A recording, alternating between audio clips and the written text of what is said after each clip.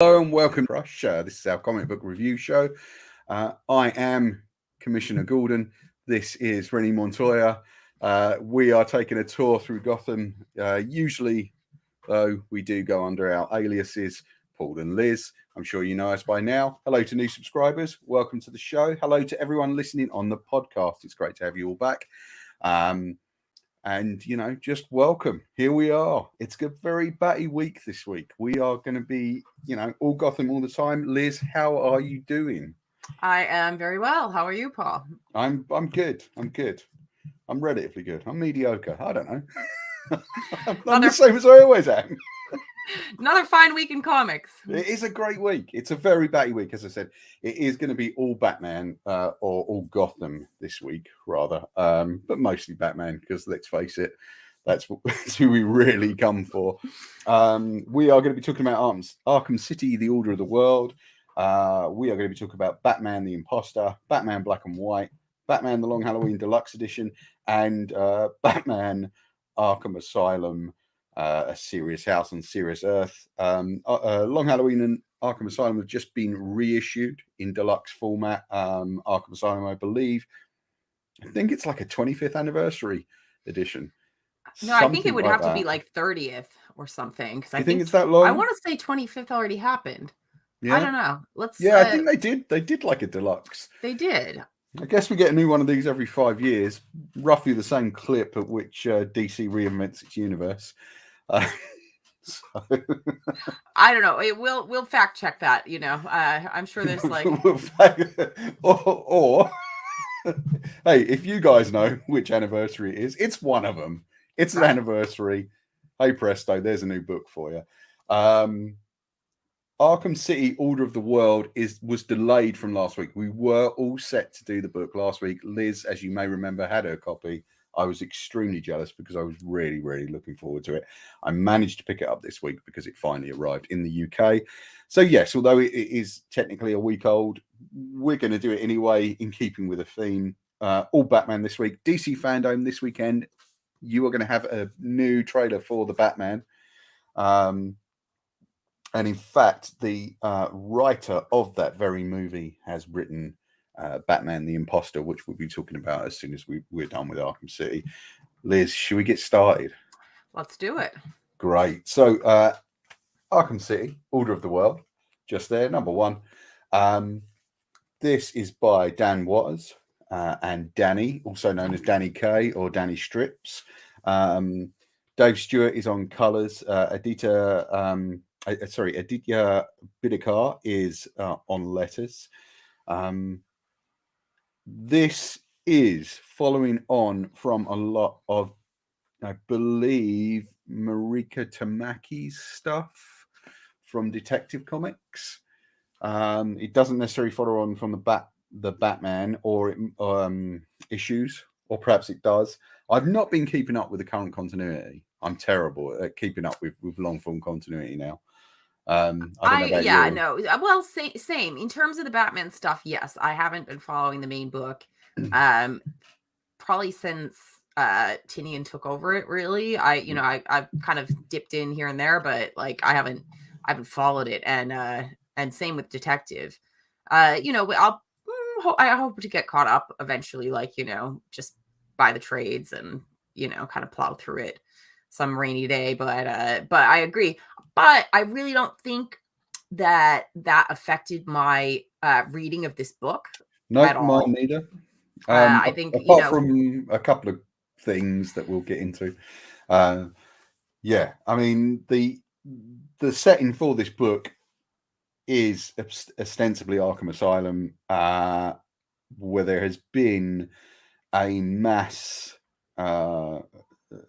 killing by the Joker, who has unleashed a new toxin, killing pretty much everyone in the asylum. Now, there have been some breakouts, though. Right. So, yeah, there were escapees, but a great death toll.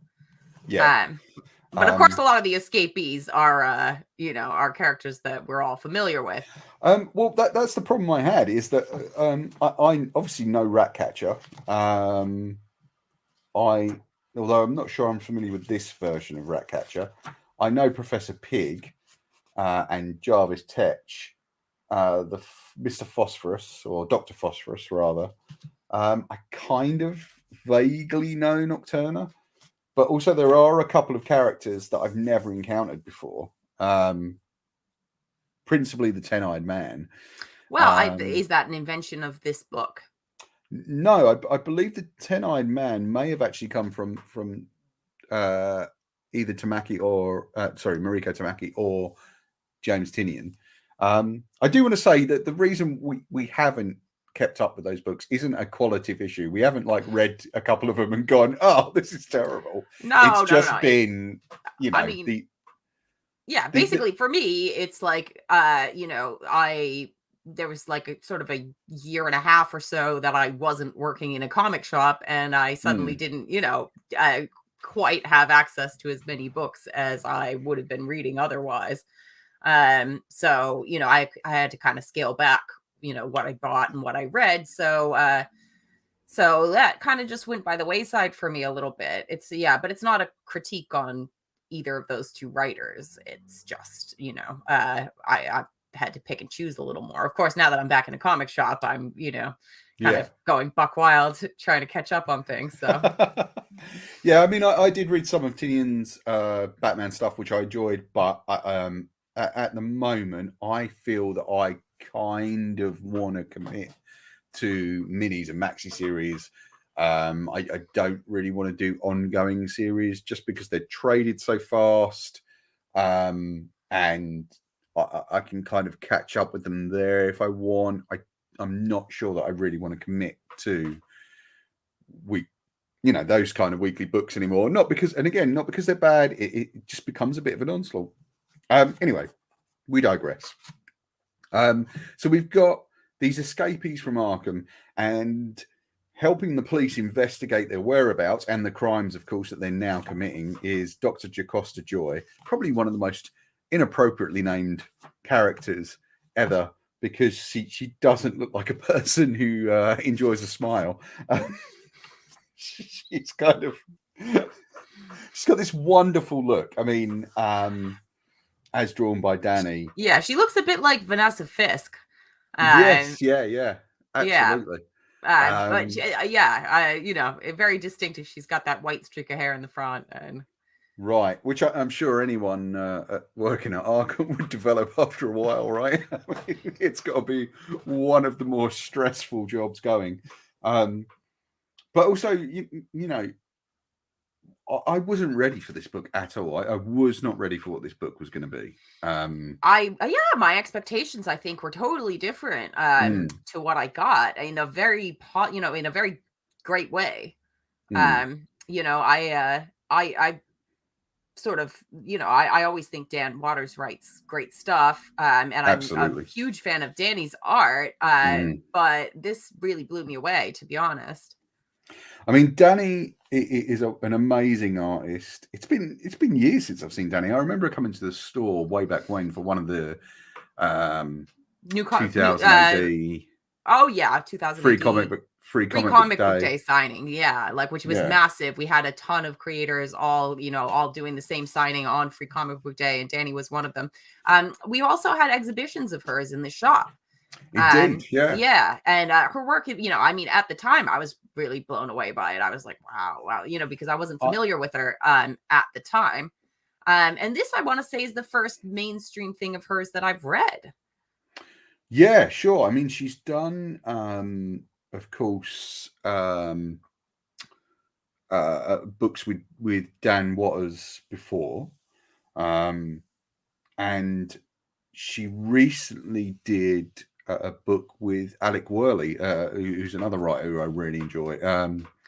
And that was I think it's called Black Beth, which is quite an old UK comics creation from, I believe, Scream. Way back when, do you remember that? I don't remember Black Beth. Yeah. So she recently did a one-shot issue of that was gorgeous, and it was a fantastic comic. Danny's style is very akin to Frank Miller on Sin City, I find. Okay, and I also like felt like some Tim Sale on like Long Halloween Absolutely, vibes. yeah. But Which like kind of, also very distinctly her own style. But like you can see the influences of those kind of great artists in her work, and it set the tone for this book. It gave it this very noir feel. And with Dave Stewart's colors, like it was just a gorgeous book. absolutely, and she works in a way, in a very, it's a weirdly busy yet sparse style. Like sometimes the panels are almost completely empty, except for the one thing that you're supposed to be focusing on. And that thing is extraordinarily alive and fungal and detailed. And I really love her stuff. And in terms of like setting the tone, like like some of the imagery was just genuinely creepy, like the 10-eyed man, like give you nightmares, And even that version of Ratcatcher under the child's bed at the beginning is extremely creepy. It reminds me, there was an episode of Hannibal, the TV series, with this guy that would wait under people's beds, and it was massively like the scariest disturbing thing that you can possibly think of. And of course, it does seem like I think the book is a kind of almost a lot more adult than. I'm surprised it's not Black Label. Yeah, like I'm genuinely surprised it's not Black Label. I'm shocked, and God, again, I say it every week when we talk about Black Label stuff. I would have loved to have seen this at that European size, because that would really show off Danny's art. I mean, that gorgeous panel where you're just looking at the asylum with the police tape across it. It's like just there's some amazing stuff. And of course, as we said, Jocasta Joy is an incredibly striking figure. And I like the way even the placement of the ads, because there's an ad for Catwoman Lonely City by Cliff Chang, which we'll be talking about hopefully on a future show, on one of the pages, and you have Jocasta Joy on the opposite page, and they can almost create a nice little mirror, because the Catwoman as pictured by Chang is drawn with like a white streak in her hair. So they've done well even on the ad placement this week. And of course you have those very striking pages with Professor Pig. We're kind of given this tour of where these characters who've escaped from Arkham are, or what they're doing. And Jarvis Tetch,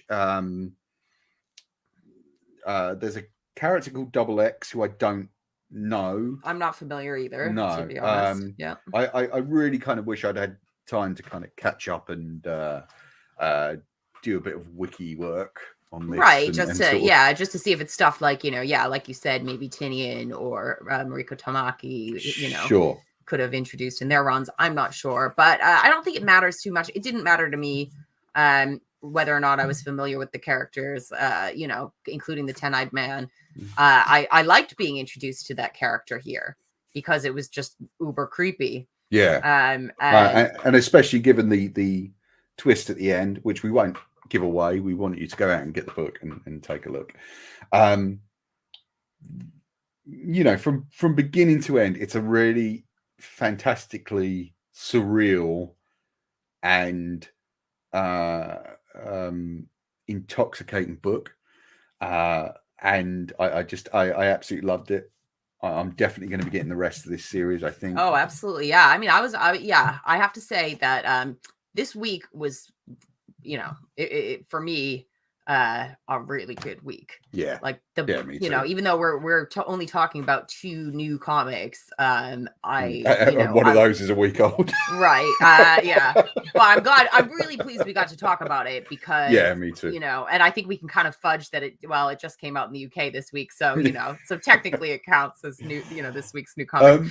But before we, sort of go in another direction, sure. I did want to mention, the lettering in this, when it came to those sequences with the escaped convicts, you get this lettering that I thought was so clever. It sets just like such a tone. where it's almost this kind of like sing-songy sway lettering, that, you know, it's their internal dialogues, and you get the sense that maybe they've been driven even madder than they already were by this Yeah, toxin. absolutely. And it really, you know, like, just as it just visually kind of, you know, put you in that that twisted mental headspace. So Aditya is arguably one of the best letterers working today. That amazing letterer. I think Dan and Ram always go to Aditya, as Dan has said in an interview. In fact, you can catch the interview in the script section on the website that we did for Homesick Pilots. Dan and Ram are on a personal mission to kill Aditya by just giving him too much work. well, you know, he'll go out in a blaze of glory, because you know, this is absolutely. And in fact, I think he's on Ram's new book, Radio Venom, Apocalypse. or okay, no, okay. I don't know if he's on Venom. So I don't know if kind of Al Ewing would have picked up the letterer there, or, you know, editorial would have just said it's right. That, you know. I do want to say about Dan, actually, he's like, even I think even if he took a monthly book, like if Dan took over Batman or Detective, or you would very much get Dan Watter's version of, you know. And I do think this book is better, even despite, you know, this show notwithstanding, despite, you know, it's better for not having Batman, is what I'm trying to say. Sorry. Okay. You get a much wider glimpse of Gotham, and a very different Gotham. And in fact, I don't even recognize any of the kind of cops. They've not gone to the usual cast. Right. Yeah. I liked that. I thought it was really refreshing. You're kind of like, you know, really like you're not protagonist, but, you know, you're sort of eye view comes from Dr. Joy, who is she seemingly kind of has her own agenda. She you know, she has a lot of empathy for these criminals that she has worked with all these years, and she sees them as, you know, as people who are sick and need her help, you know, not as the scourge of Gotham. Yeah. So you're getting that perspective, you know, which is kind of not how we usually view those characters. And it's interesting that at the beginning she talks about the failure of mental institutions, and how none of them really are able to do what they're supposed to do, which, you know, is an interesting view. I don't know if I agree with it, but I think it is a very interesting view. And also, I love that thing of the language of how we discuss mental institutions, you know, how they move from being madhouses to mental hospitals to something else. And we've also got changes. This. Yeah, we've also got this like, you know, I don't know if it's going to be a subplot or what, but you know, there's throughout the book a recurring mention of the ghost of Amadeus Arkham. Yeah, which is, I think, does take us right back to sort of Morrison's Arkham Asylum, which we'll touch on briefly towards the end of the show. Very different version of Gotham, and you know, definitely one I want to see more of. So I'm on for the 6 issues. And you know, I can't wait to sort of bend Dan's ear about it at some point. Yeah. On to another version of Gotham, also a complete 180 from this book. Is Batman the Imposter. Now, the real excitement for this, that's the Bermeo cover. Okay, you got the Bermeo cover. Yeah, I got the Sorrentino cover. Yeah, they're all really great. Gorgeous. They're all great covers. The big excitement for this, of course, is that it's written by Mattson Tomlin, who is the writer on The Batman, which is coming out next year, the new Batman movie. Drawn by Andrea Sorrentino. Colors by Jordi Belair. Letters by Steve Wands. As we mentioned, covers by Sorrentino and Lee Bermeo.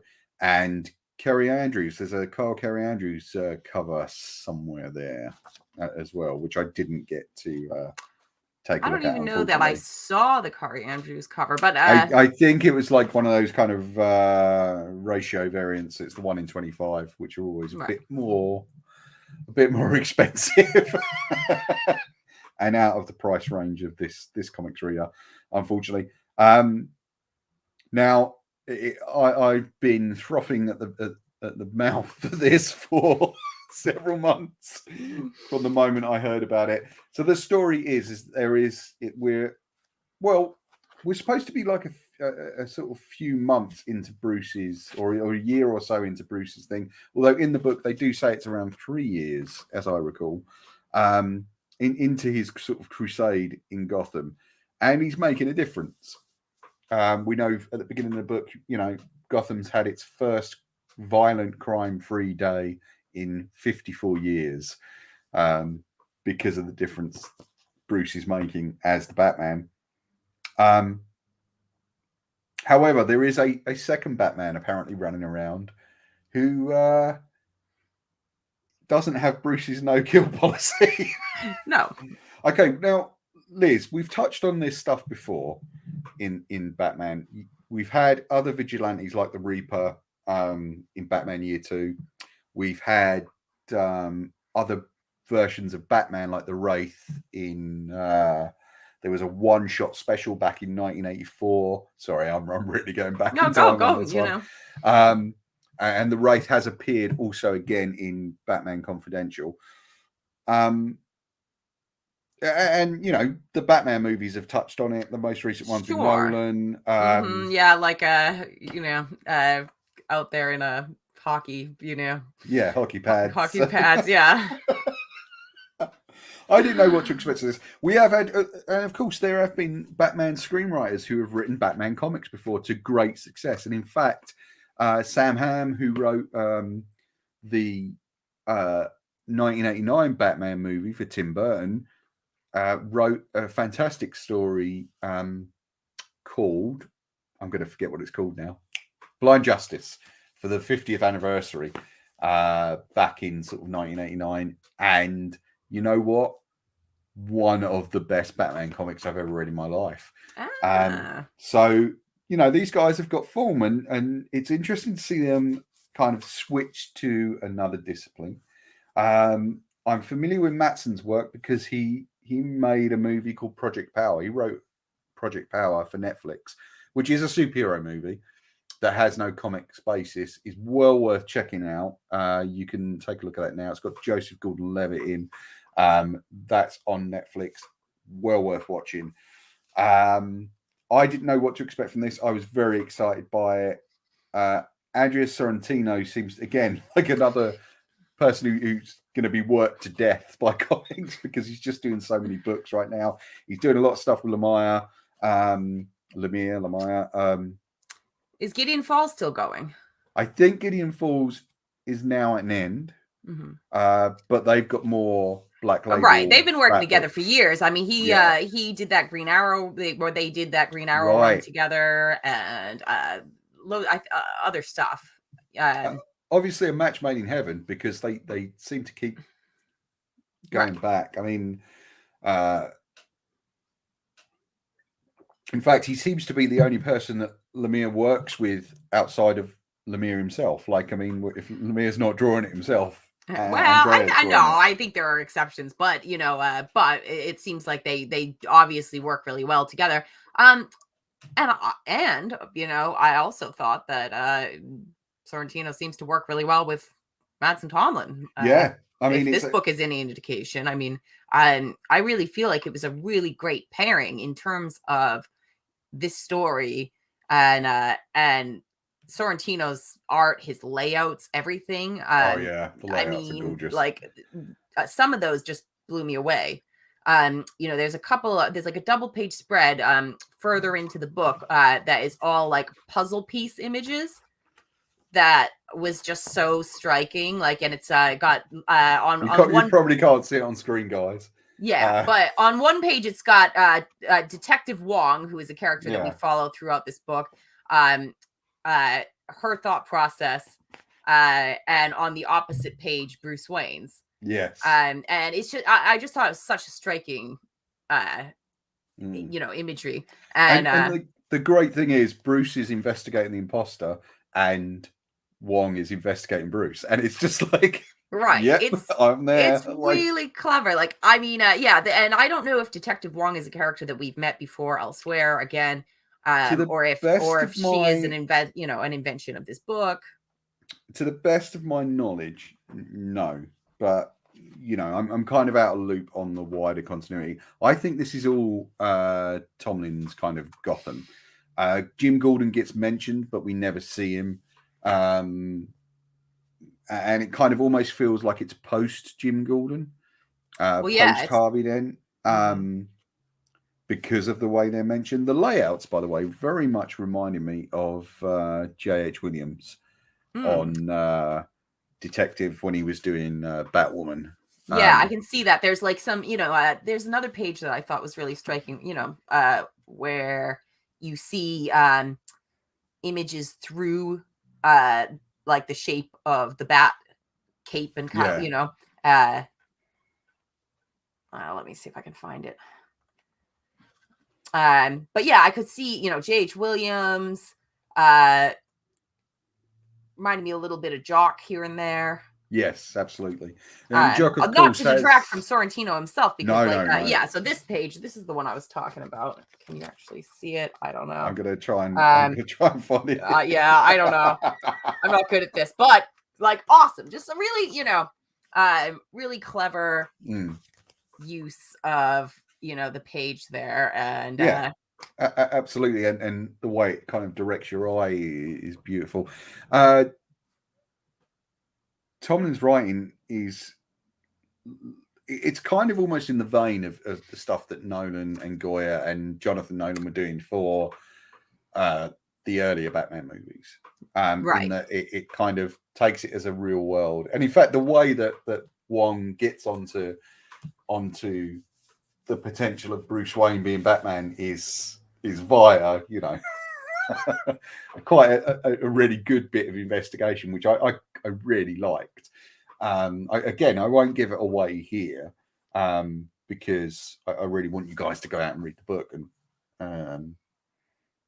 But just it's a really amazing bit of work. Very strong addition. Really, like as a first issue for someone, I was really, super impressed. Because sometimes, if somebody's coming in from another, as you say, writing discipline, it's just like you can kind of tell they're working. Even Joss Whedon, I felt, with his, his first issues of Astonishing X-Men, and I love Astonishing X-Men. You could really tell he, like, as much as he has been a lifelong comics fan, you could kind of feel that there were certain things going on the page that would have worked better in a film script. Whereas here, I think Mattson Tomlin seems really comfortable with the format. It didn't show at all that he, that this is his first comics work in any way. No, absolutely not. It's very tightly written. And a lot happens in this issue. We meet a new version of Leslie Tompkins, which is a great character who I love in the Batman mythos. Yeah, I always love when she pops up, and because it's she's used kind of sparingly these days, but to great effect. And of course, way back when you're looking at things like War Games and stuff like that, she has a very direct and big effect on the action. So. It's definitely worth digging into some more moments of her character. She did feature heavily in one of the early runs on Detective, I want to say. Early Rebirth runs, sorry. Right. On okay. Detective. Really?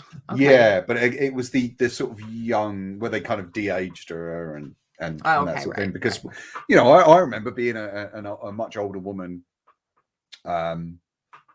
in the Batman series that it's a bit like Aunt May, where they'll all of a sudden, she's either really elderly or all of a sudden she's like young, hot Aunt May. So yeah, my familiarity, with Leslie Tompkins, like my greatest familiarity is from that same era where she actually, she featured pretty heavily during a lot of those kind of like, naughties, war games, etc. As as a pretty elderly woman. Whereas here, she seems a bit younger. I would say, maybe 40s or 50s. Yes, absolutely. And there's kind of an implication that she's actually a doctor of psychiatry here, not a doctor of medicine.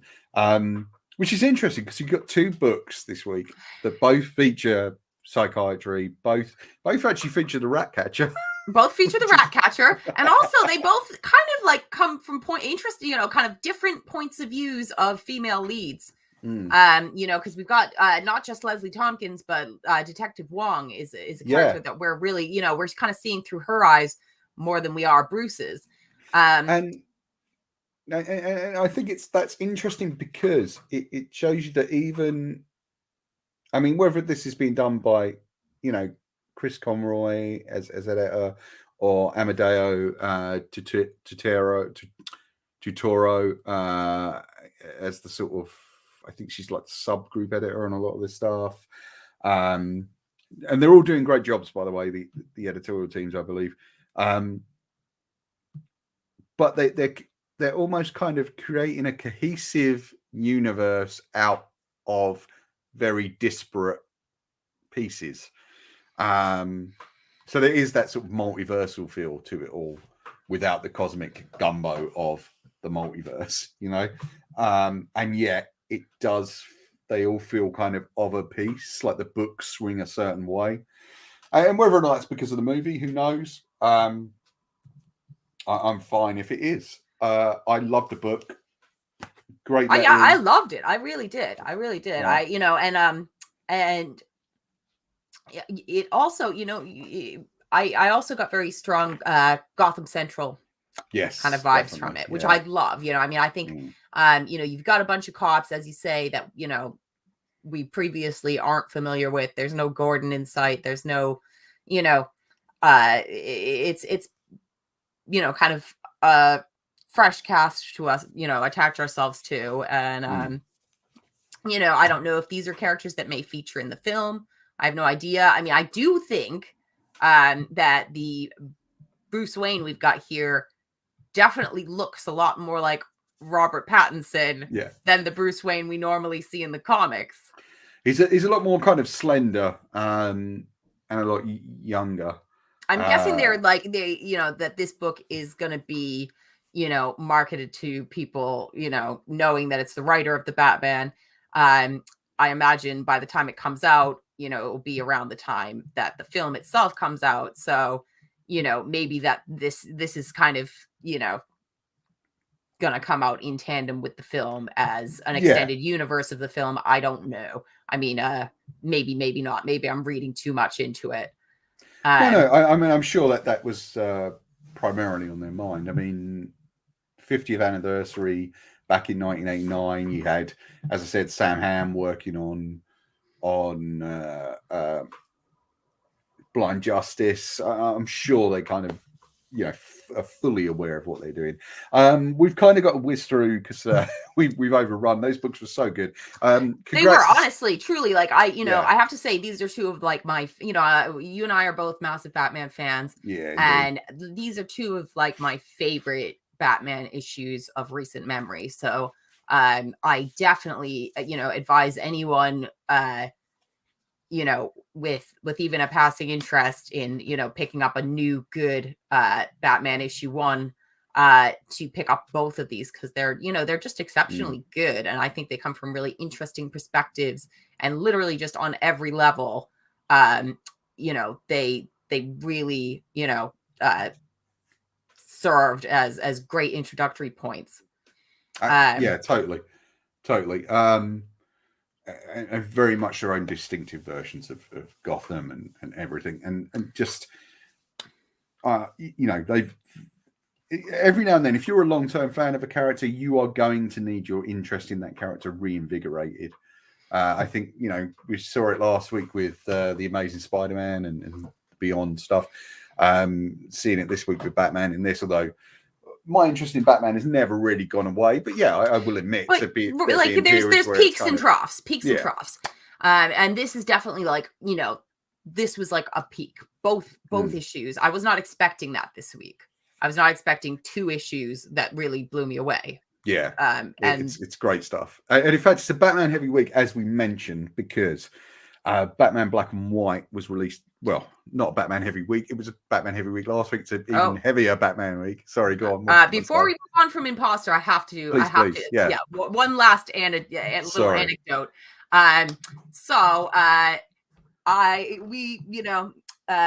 On Twitter, day of release, Mattson Tomlin was tweeting about his first comic being on the shelf. He tweeted that he went to see it in the wild at his local comic shop. No way. And the next tweet. So he lives in LA. He lives in LA. He lives in LA. But his next tweet was a photo. 2 photos of one of his comic on the shelf, and the other of the exterior of That's Entertainment in Worcester, Massachusetts. Wow. Okay. And he tweeted, "My parents just went and picked up my comic off the shelf at the shop I used to go to when I was a kid," which I thought was so cool. And I remember that his parents, amazing. I remember ringing them up because, it was like an older couple and they were buying, several copies of that book. And I wish I had struck up a conversation with them about it because I was curious. It actually sort of stayed in my memory. I was like, I wonder, that's lovely. That's really lovely. Well, best wishes to them. I hope they enjoyed Mattson's comic. They are no doubt very proud, and they absolutely should be. It's an excellent comic. And I didn't know he was local to my area. So yeah, no, that's great. That's great. I think that's absolutely amazing. What a lovely coincidence. I thought you were going to say that he came into. No, he did not. No way. He did not, but his family did. I just thought was really lovely. Amazing. So yeah, you can get those at your local comic shop. As Liz has mentioned, she works in That's Entertainment in Worcester, Massachusetts. I can currently be found a couple of days a week at Gosh Comics in central London in the UK. We just want to mention right now that the any opinions and views expressed in the show are our opinions, not the opinion of Gosh or That's Entertainment. Although we work for them, and I will happily shill for them. Yeah, because it's where we get our comics, obviously. The opinions expressed here are our own and not theirs, but they are both worth checking out, and you can find a link to those shops' websites just down below in the description, where you'll also find all the different ways to follow the Comic Crush, and of course the different ways to follow Liz on Twitter and on her own website, lizcjordan.com. You can also check out our Patreon. I'd love if you did that. That would be great. We pay for all our comics, so everything we review is stuff we've brought. Please help us keep going and do more stuff, and do more shows and broaden our scope, as it were. Joining the Patreon, which you can do from £2 a month. Do just want to quickly mention Batman Black and White. Now, I don't have the hardcover yet, but I do have the original issues. There's the first 3 there. I don't know if I can do this properly. There you go. So Batman Black and White is, of course, a series that keeps coming back. It started way back, I think, I want to say the late 90s, with a 4-issue run. And then also kind of came back in Gotham Knights, where it was the backup feature for I think the first 35 issues or so. Yeah, throughout the Devin Grayson tenure, at least. Oh, sorry, the first 49 issues, in fact, I think. Because Okay. it was only with issue 50 that they kind of changed that, I believe. Yes, definitely throughout the Devin Grayson era. Devin Grayson being a creator who we will be talking about on the Crush very soon, I hope. Also, it then kind of came back in the mid 2000s. There was a 6-issue series, and it's now come back again. I think it's fascinating to look at this stuff. There's a lot of these kind of, I don't know what to call them really, restrictive palette books. I mean, we say restrictions, but it's fascinating to see how the books look when you take stuff away rather than adding it. I'm a black and white art convert. I started out with black and white art, reading comics because, of course, I read 2000 AD, and the very first trade I brought was a book called Superman Man of Tomorrow, which was all Alan Moore's Superman stories collected, but in colorless form. I don't know why. That's interesting. But it had I've never seen that edition. I mean, obviously there was an edition collecting all his DC stuff. Like, I don't know, I want to say like 10 years ago or something like that, but that was in color. Yeah, and in fact, I was surprised when I later found out the original comics were in color for that. It's a fascinating way to look at comics. I think some comics are all the more beautiful for it. I think these stories are incredible. I mean, you have people who you would not necessarily see getting Batman stories, like Trad Moore. Right. I mean, right, awesome, you know. Yeah, like I love it. J.H. Williams is back on this. You get Greg Smallwood, who's going to be doing some a great new series of Human Target with Tom King soon. You get some amazing creators. Far too many to list. I mean, David Aja on Batman. Yeah, I know. Wild. I think they, with the black and white, they seem to just get these really incredible artists that that they can kind of just woo just to do like short stories and do something experimental. One of the big surprises for me was Sophie Campbell who did Wet Moon.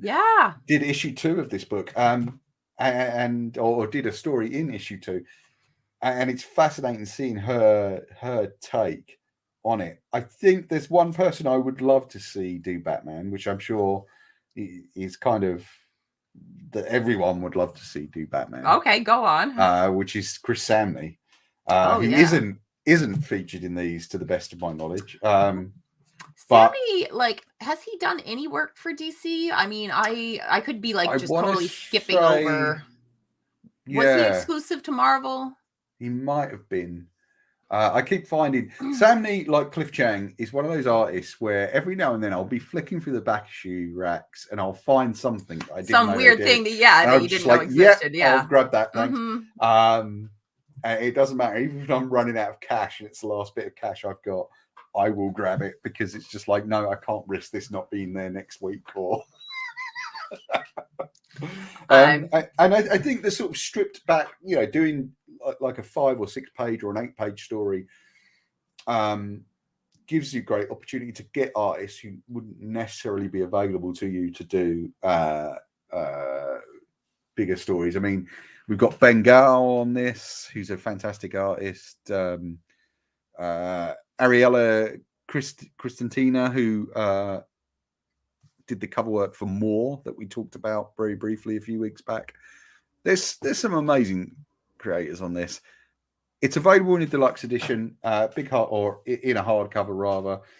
I advise you to go out and get it. I mean, the Batman. What does the hardcover collect? Does it just collect the recent series, or is it just the recent series? Okay. So there is an omnibus. I'm trying to sort of save up money to get it at the moment, of the Batman black and white stuff from a while back, which contains all the Gotham Knights stuff, the original 4-issue series, and the sort of later 2000 series. So it's a great big omnibuy. that's available now. So you can run out and get that if you can. I mean, obviously the thing is, the hardcovers and all that are expensive. I think there needs to be a sympathetic release of the kind of floppy trades for the Omnibuy soon after, because not everyone can afford it. I would love to kind of be just, buying Omnibus left, right, and centre. But, I can't. But yeah, DC, come on, man, please. And same with Marvel. They love an omnibus. Get they those, do love an omnibus.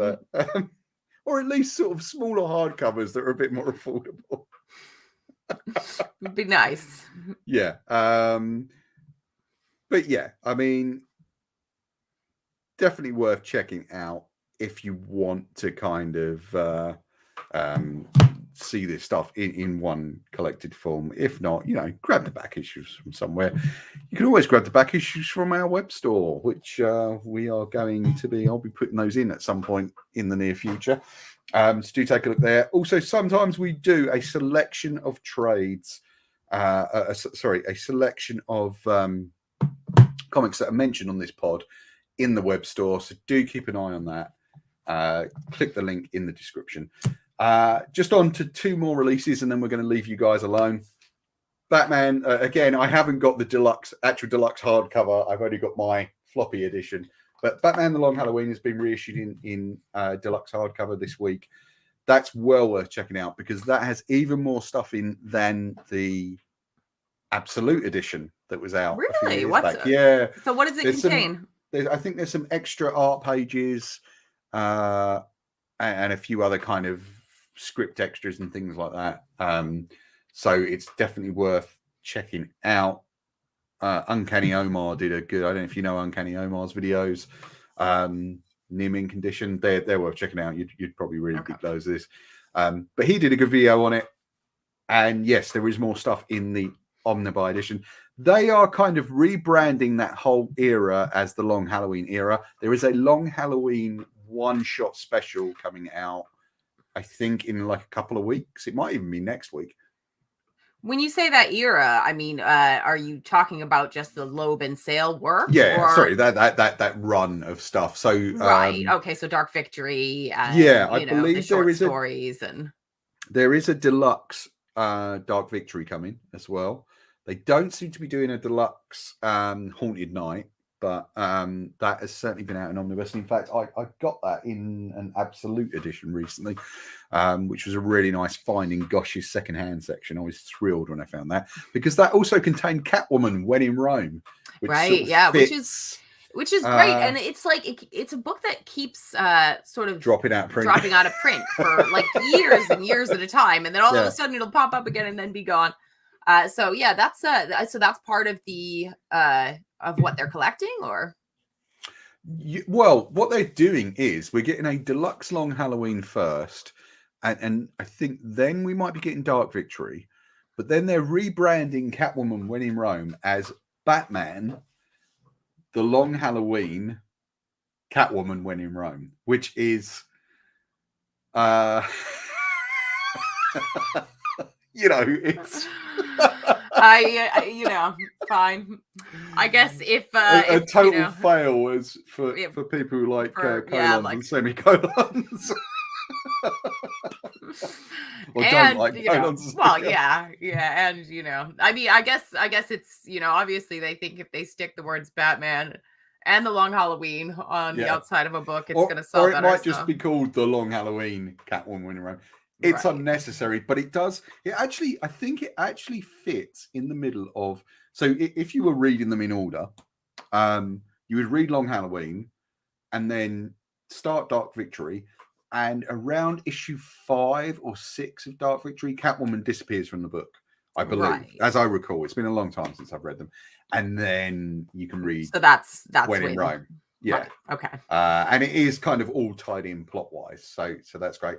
Those were beautiful issues when they first came out. Oh, yeah. Just absolutely gorgeous stuff. Long Halloween is full of stunning imagery, terrific writing. It's got this sort of quasi Godfather-esque nostalgia style. And I just think that and Dark Victory were one of the better. It's one of the great Batman stories. It's in terms of new readers, I think it's actually probably my top recommendation. If I needed a go-to book, in the shop for somebody who is like, I want to get into Batman, that would kind of be my number one go-to, because it's got all the elements. It's got basically your whole it introduces you to the whole rogues gallery.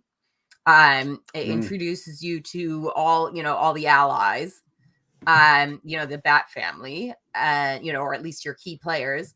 It gives you all the ingredients for a great Batman story, with a murder mystery, with the mob stuff. It's got, it's just basically, fires on all cylinders in terms of what a great Batman story entails, but also what someone unfamiliar would need to know.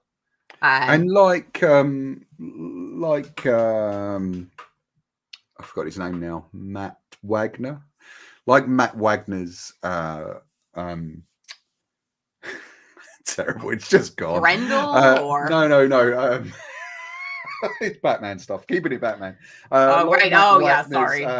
It's Monster Men, and Mad Monk and all that stuff. Okay. It acts as a transition point from a crime book into a book where Batman fights madness. And I think you can read those. I am going to redo the goddamn Batman reading list again soon. It's time is ripe for that, and I think we need to get that back out there. So look for that late this year or in early 2022. I'm going to get that back on the site. I'm going to get an all new one done, in fact, with even more books. That's going to be one of my missions for 2022. So Liz, we're going to take a trip back to Arkham just for a few minutes now, because also released this week is, and again, I don't have this particular edition. You just have to put up with I love that all your visual cues are like, not quite the thing. Not the actual book that we're talking about. Well, okay, it goes back to a thing with comics. They're bloody expensive. Right. I think they're worth it. I think the having looked at the Long Halloween edition in stores, and looked at the Arkham Asylum edition, they are worth the money. However, you probably don't have 50 quid to spend or 100 quid to spend on 2 new books on top of your comic spend every week. So those things are like treats. And it's all the more reason why I think the printing issue is a big deal. I think these things should be kept in print for as long as possible. It is an expensive hobby that we all kind of indulge in. And as much as I love it, it does make my wallet ache. Arkham Asylum. Arkham Asylum. Yeah, Serious House and Serious Earth. So, Liz, do you remember reading this?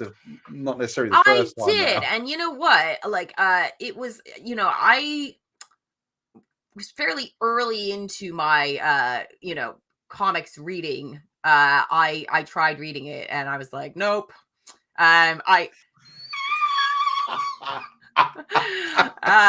Usually could not get into it. It's only, it was only like, sort of a few years later that I could really appreciate it. I don't know that it's very new reader friendly. No. It's Grant Morrison. It is, it is like a great Batman story, but just thinking back to sort of when people like sort of asking me, I haven't really read any Batman. Should I read this? Like, no, no.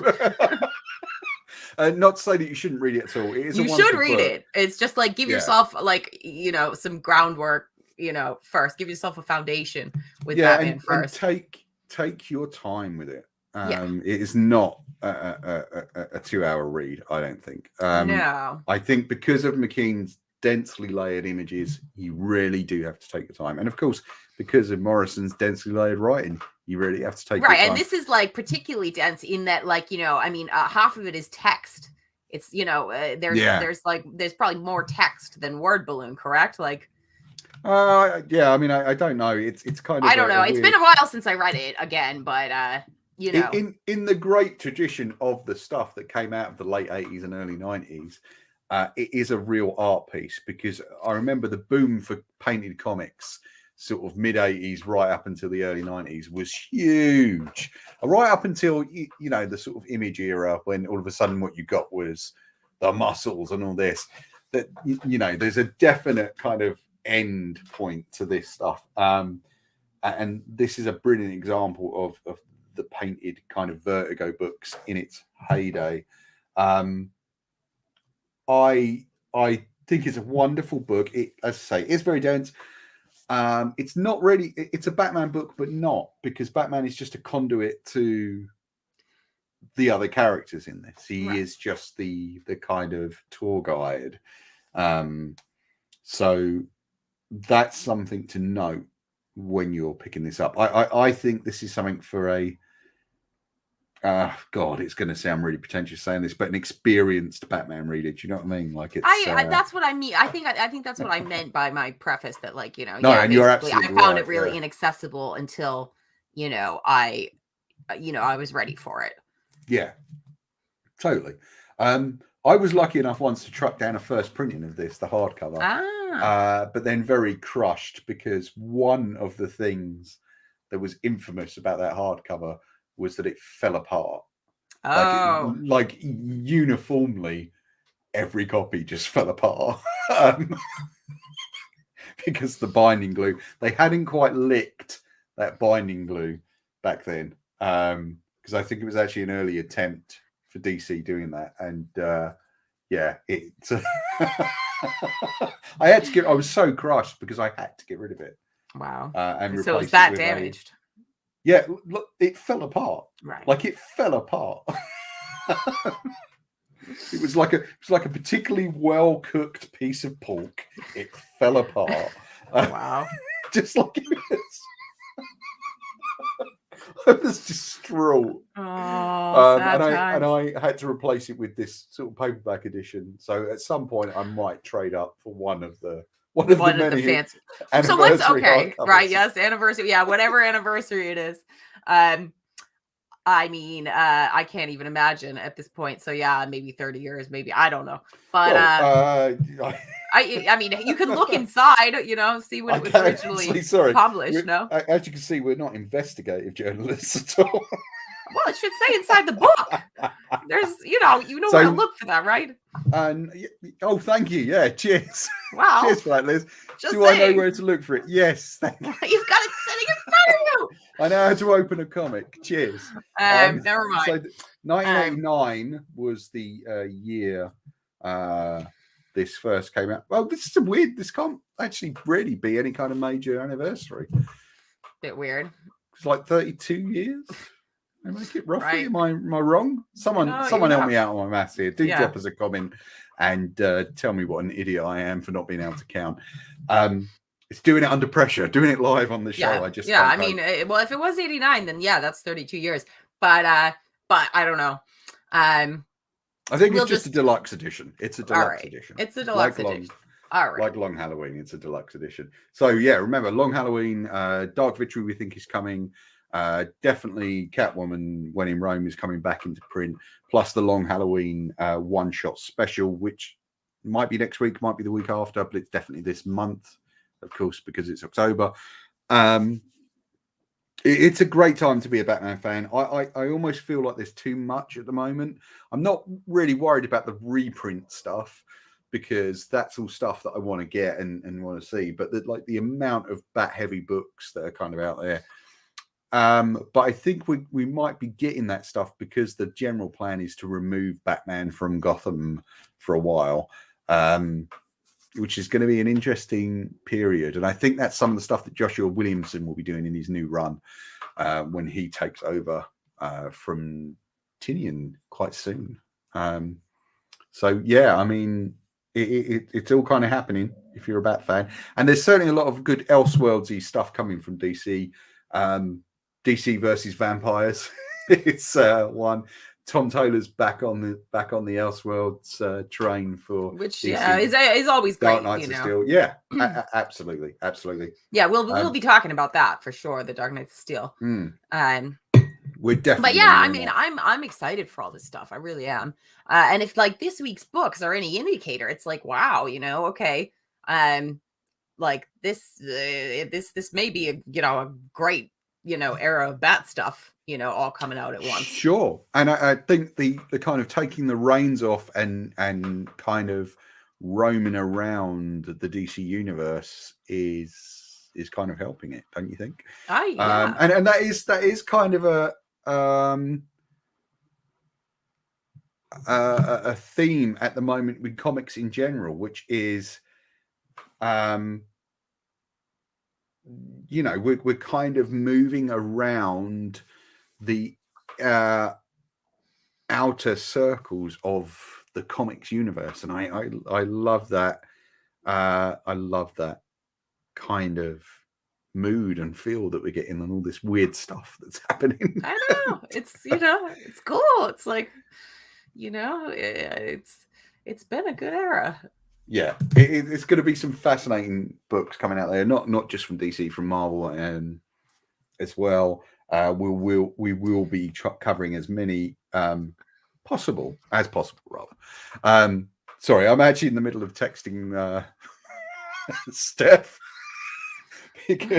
Well, no, we've run over. We've run over our hour now, Paul. Sorry, so guys. I think it's all fair. Your girlfriend's impatience. We're just coordinating when the pasta goes in. This is what happens when we talk about Batman. We go on too long. But it's been a great week. And sorry, Liz, what were you going to say? Sorry. I could talk for another hour about all this stuff. I'm glad to see you came on brand. Just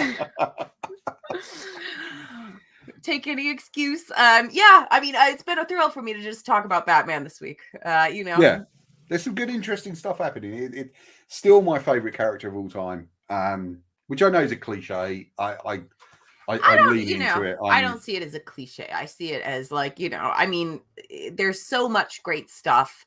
Some of the books we just talked about are some of, what I consider to be, the greatest graphic novels, on some of the greatest graphic novels on the shelves. So I really, I don't see it as being cliche to be a massive Batman fan. You are, I am, a lot of people, we're not alone. We're not alone. There is some more great stuff coming. We've, of course, going into the wider Bat family, we have got the 2 new Robin books that are starting quite soon. I know you'll be I'll be picking those up for sure. We'll talk about them when they come out. Indeed. I think we've got a lot to look forward to. I don't think we need to list it all off here, but in the coming weeks, we'll definitely be talking about a lot of this stuff. So right. So that's it from us. Thank you for joining me again, Liz. Really good to see you. Thanks for listening and watching, guys. It's really good to have you on board and looking at the show. Please do like, share, and subscribe.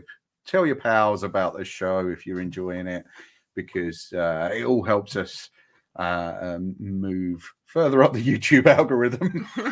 Right, and be able to afford our many fine Bat books. Do check out the web store and the Patreon, please. That helps. But yeah, it's lovely to have so many new subscribers. Welcome all new subscribers going up. I'd love to get to 100 before the end of the year. So let's see if we can do that. Please let your pals know if you're enjoying the show. Thanks very much for watching and listening. We'll catch you guys next time on the